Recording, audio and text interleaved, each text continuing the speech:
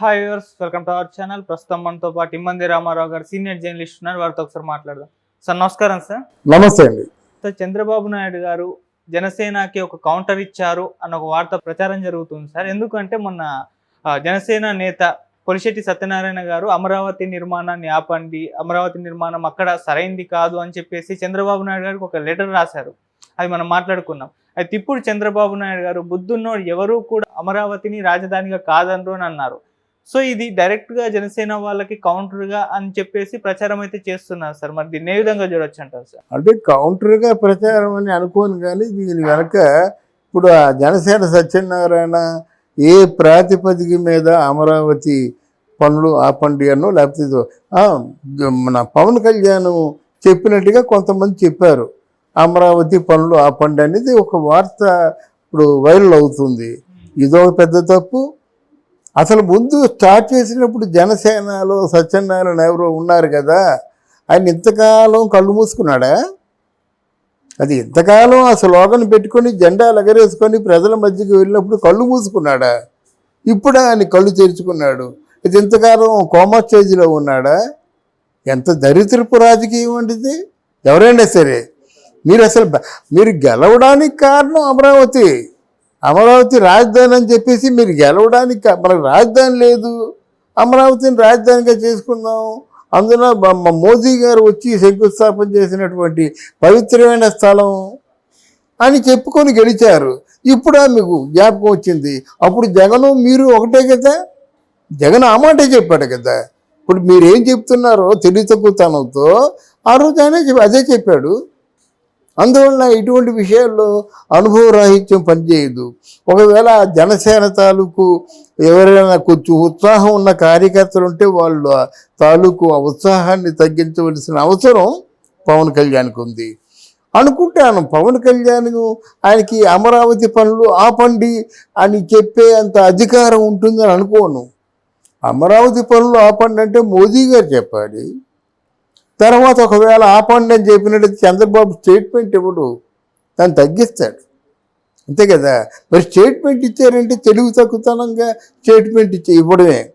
నా దృష్టిలో పవన్ కళ్యాణ్ అంత తెలుగు తక్కువతనంగా ఇద్దరూ ఒక అన్నదమ్ముల్లాగా ఉన్నప్పుడు, అంటే చంద్రబాబు నాయుడిని సంప్రదించకుండా స్టేట్మెంట్ ఇవ్వడు కదా. సంప్రదించినట్టయితే అవును అమరావతి పనులు ఆపేద్దామంటే ఆయన స్టేట్మెంట్ ఇచ్చుకుంటాడు.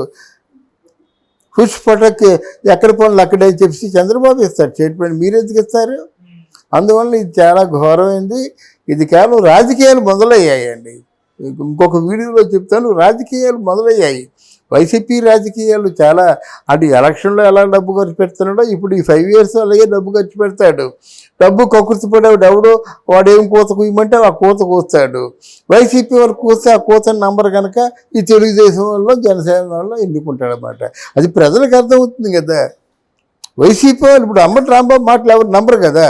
అదే జనసేన పార్టీలో ఉన్న వర్మ గారు, అంటే జనసేన పార్టీలో ఇద్దరు అంత ప్రేమగా ఉండారు కదా, వర్మ గారు చెప్పండి నమ్ముతారు. ఒక మరి రాయపాటి అరుణ ఆవిడ చెప్పండి నమ్ముతారు. ఒక రజనీ చెప్పండి నమ్ముతారు. ఒక శివపార్వతం చెప్పండి నమ్ముతారు. అంటే క్రెడిబిలిటీ ఉంది కనుక.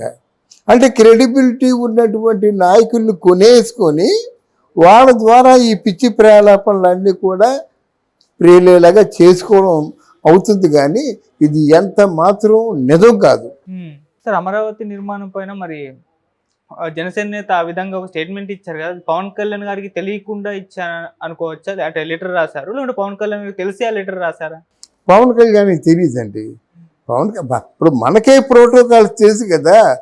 పవన్ కళ్యాణ్ ఎవరు, జనసేన నేత ఎవరు అండి? వీళ్ళెవరు?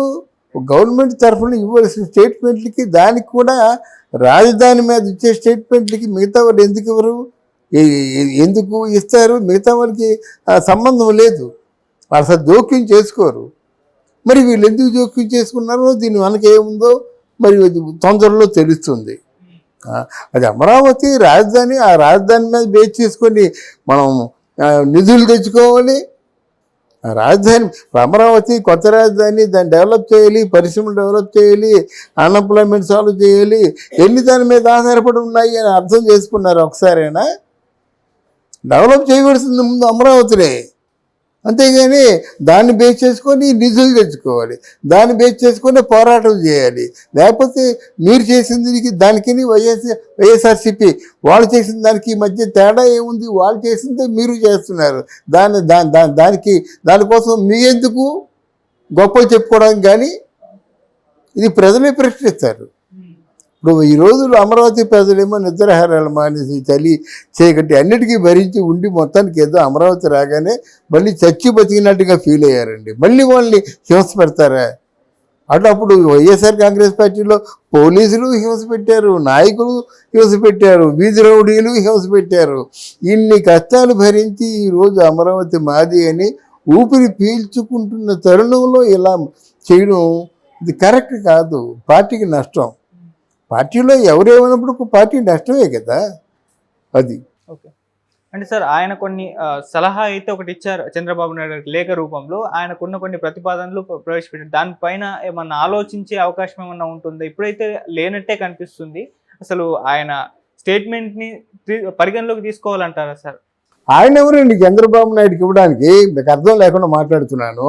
ఆయన జనసేన పార్టీ అధినేత పవన్ కళ్యాణ్కి ఇవ్వాలి. అయ్యా నా తాలూకు ఆలోచన ఇది మీద తమరు కొంచెం విచారించి చూడండి. ఒకవేళ ఇది నేను చెప్పింది రైట్ అనిపించినట్టే మీరు ముఖ్యమంత్రి గారి చెవిలో వేయండి. ఎంతవరకు అవకాశం ఉంటే అంతవరకు చేయండి. ఎందుకంటే రాజకీయ పరిజ్ఞానం ఏమాత్రం ఉన్నా సరే దాన్ని ఆధారం చేసుకొని మనం రాజకీయం చేసాం. అది వద్దంటే మీరెందుకు బాబు? ఎందుకు మీరు? ఎన్నున్నాయి మీకు?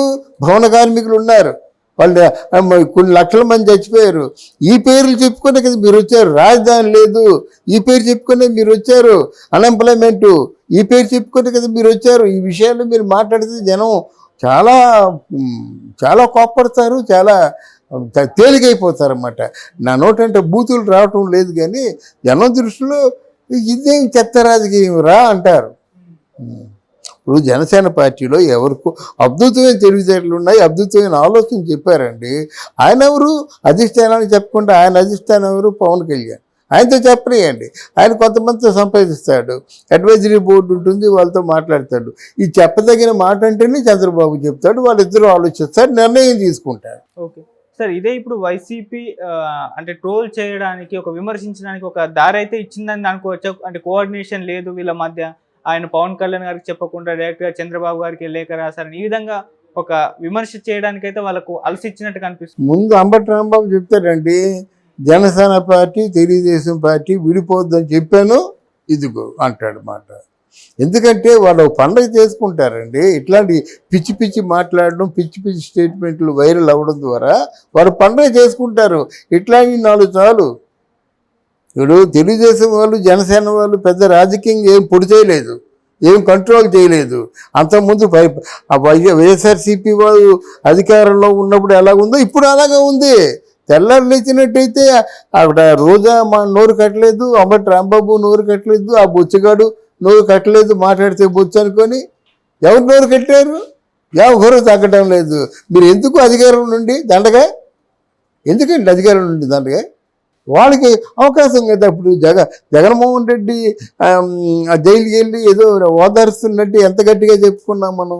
జైల్లో ఉన్న వాళ్ళు ఓదార్చడం ఏంట్రా బాబు? నీ దగ్గర ఈశ్వరం అనుకుని ఉన్నారు, దిక్కులు చూస్తున్నారు, వాళ్ళు ఓదార్చు, పర్వాలేదు, 5 ఏళ్ళు వచ్చేస్తాం, మీరేం భయపడకండి. వాళ్ళు ఆర్థికంగా నష్టపోతే మీరు డబ్బులు ఇవ్వండి. అంతేగాని ఇదేంటండి? ఇది పనికిమాలిన ఎవరి మట్టుకు వాళ్ళే స్టేట్మెంట్ ఇచ్చేయడం. ఇట్లా అమరావతిని కాదనడం వీళ్ళ తరమా? అట్లా ఒక కార్యకర్త అండి, ఒక చిన్న లీడర్ అనుకుందాం. లీడర్ అయితే పవన్ కళ్యాణ్ విరుద్ధంగా స్టేట్మెంట్లు ఇచ్చేస్తాడా? అప్పుడు పోతిన మహేష్కి ఈ లీడర్కి తేడా ఏంటి? జనసేనకి ద్రోహం చేసి వెళ్ళిపోయిన పోతిన మహేష్కి జనసేనకి భక్తుడిగా ఉన్న సత్యనారాయణకి తేడా ఏమిటి అని అడుగుతున్నాను నేను. ఆ తేడాను గమనించాలి. ఇప్పుడు నాయకత్వం రాగానే మీ కళలు నెరవేర్చుకోవడం కాదు, నాయకత్వాన్ని నిలబెట్టుకునేందుకు అనుక్షణం కూడా మీరు ఉండాలన్నమాట. చాలా అప్రమత్తంగా ఉండాలి. ఇప్పుడు ఏ వార్త వస్తుందో ఆ వార్తను వెంటనే ఖండించాలి. అదే పనిగా వార్త చేస్తే ఆ వార్త చెప్పేవాడిని లేకుండా చేయాలి. అంతే కదా. అందుకైతే తేలికైపోయారు. ఒక టార్గెట్, అది కొంత పేటీఎం బ్యాచ్, కొంతమందికి చదివింపులు చదివించేసి మీ ఇష్టం, మీరు ఎంత ఎన్ని క్యాసెట్లు చేశారో అన్ని 100 ఇచ్చేస్తూ ఉంటారు, 2,000 ఇచ్చేస్తూ ఉంటారు. అంటే నెలకు 30-40 క్యాసెట్లు చేసేసి వెళ్ళిపోయి 50,000 అంత తెచ్చేసుకోవడం. ఇది తక్కువలో తక్కువ. ఇలాంటి బ్యాచ్ తయారైంది ఇప్పుడు.